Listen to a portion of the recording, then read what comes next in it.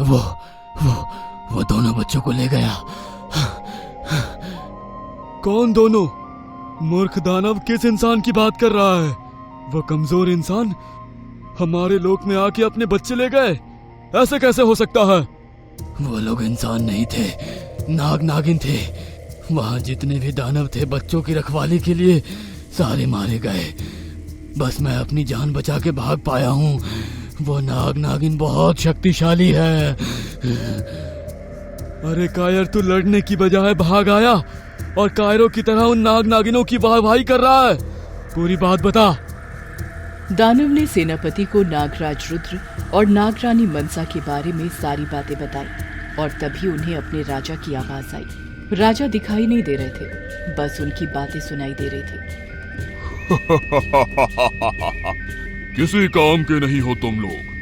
नाग नागिन यहाँ आकर बच्चों को बचा ले गए और सेनापति तुम्हें खबर तक नहीं पड़ी। हम क्षमा चाहते हैं राजा जी, हमें माफ कर दीजिए। अभी जाकर सारे बच्चे को लेकर आता हूँ और उन नाग नागिन की लाश को आपके चरणों में रख दूंगा महाराज। यहाँ गांव वाले नागराज रुद्र और नागरानी मनसा की जय जयकार कर रहे थे। गांव वाले खुश थे और उनकी सारी खुशियों की वजह थे रुद्र और मनसा, जो नए नए उनके गांव आए थे और इसीलिए अपना आभार प्रकट करने के लिए गांव वाले उनके लिए भेंट ले आए। आप दोनों का बहुत उपकार है हमारे गांव पर, इसलिए सारे गांव वाले आपके लिए भेंट लाए हैं। कृपया इन्हें स्वीकार कीजिए। मुखिया जी, आप सबकी खुशियों में ही हमारी खुशियां हैं। ये गांव हमारा भी है। उपहार स्वरूप हम बस ये एक फल स्वीकार करेंगे, बाकी आप सब समझ लीजिए कि आपने हमें उपहार दे दिए। ये तो आप दोनों का बड़प्पन है कि आपने हमारे लिए इतना कुछ किया। आप लोग हमारे भगवान हैं, भगवान। सब लोग खुश थे, किंतु नागरानी मनसा चिंता में थी। नागराज रुद्र बच्चों के साथ हंस खेल रहे थे। तभी नदी में विशाल लहरें उठने लगी और सारी लहरें धीरे धीरे दानवों में बदल गईं और ये दानव सीधे गांव की ओर दौड़ने लगे। दौड़ते हुए दानवों ने गांव वालों को घेर लिया। कहाँ है वो नाग और नागिन? तुम लोगों में इतनी हिम्मत आ गई कि हमें मारने के लिए नाग नागिन को बुलाया है? जल्दी बताओ कौन है वो नाग नागिन, वरना यहाँ किसी को भी जिंदा नहीं छोड़ेंगे। नागराज रुद्र और नागरानी मनसा गांव वालों के बीच खड़े थे। गांव वालों को समझ नहीं आ रहा था कि यहाँ नाग नागिन कौन है। यहाँ कोई नाग नागिन नहीं है, पर तुम लोग कौन हो? मूर्ख इंसान, हमें नहीं पहचाना? हम लोग वही है जो रात में तुम्हारे बच्चे चुराते हैं।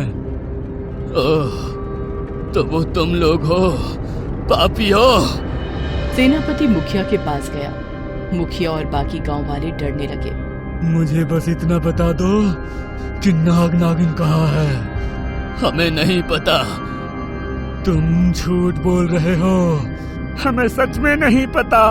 अगर तुमने नहीं बताया तो मारे जाओगे।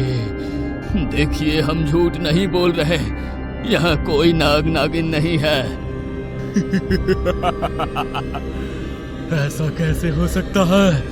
उन नाग नागिनों ने मेरे सैनिकों को मारा है और तुम कह रहे हो कि यहाँ कोई नाग नागिन नहीं है। और सेनापति ने अपने दानवों को इशारा किया। इशारा मिलते ही दानवों ने गांव वालों को पकड़ लिया और उन्हें पीटने लगे। बचाओ, कोई तो बचाओ। बचाओ, कोई तो बचाओ। देखो, सच में यहाँ कोई नाग नागिन नहीं है। एक दानव एक बच्चे को खींचने लगा। नागराज रुद्र और नागरानी मनसा से ये सब देखा नहीं गया और वो अपने असली रूप में आ गए और अब दानवों ने इंसानों को छोड़ दिया और उनकी ओर दौड़ने लगे। तुम दोनों नाग नागिनों को मारकर फिर इन सबको गुलाम बनाऊंगा। चाहे जितने भी दानव ले आओ, यहाँ से कोई जिंदा वापस नहीं लौटेगा। दो दानव अपने हाथों में भाले लेकर नागराज रुद्र की ओर दौड़ पड़े। उनके हमला करने से पहले ही नागराज रुद्र ने उनके हाथ मोड़ दिए। नागरानी मनसा अपनी आंखों की दैवीय शक्तियों से दानवों का सामना करने लगी। ये सब देखकर सेनापति को बहुत गुस्सा आ गया। उसने सारे दानवों को एक साथ हमला करने भेज दिया। नागराज रुद्र और नागरानी मनसा ने दानवों को अपनी पूंछ में लपेट लिया और उनकी हड्डियों का चूरमा बना दिया। सारे दानव मारे गए। अब बस सेनापति बचा। उसने अपने हाथों से जल का प्रहार किया। जल की शक्ति से नागराज रुद्र उड़कर दूर गिर गए। सेनापति ने नागरानी मनसा पर भी पानी से हमला किया। वो भी घायल हो गई। सोचा नहीं था कि इच्छाधारी नाग नागिन इतने कमजोर है। मेरा दानव तो बोल रहा था कि तुमने उन सबको मार दिया, पर शायद वो खुद ही कायर था, कायर। सेनापति अपनी हंसी में मगन था और मौके का फायदा उठाकर नागराज रुद्र ने अपनी पूंछ घुमाई और सेनापति को उसमें लपेटकर उस पर कुंडली मारकर बैठ गए। इच्छाधारी नाग नागिन की शक्ति का तुझे अंदाजा भी नहीं है। तू मूर्ख अपनी शक्तियों के घमंड में चूर है। तुझे क्या पता कि दुनिया को बचाने वाली शक्ति कितनी शक्तिशाली है। सही कहा। मैंने तो बस अपने राजा को देखा है और उसके सामने कोई भी टिक नहीं सकता। मतलब तू जल राक्षस नहीं है? नहीं। हमारे राजा महान है। जल उनके इशारों पे चलता है और जल ही उनकी ताकत है।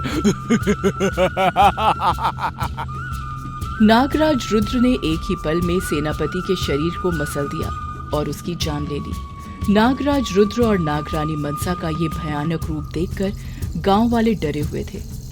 क्या वो लोग नागराज रुद्र और नागरानी मनसा की असलियत अपनाएंगे?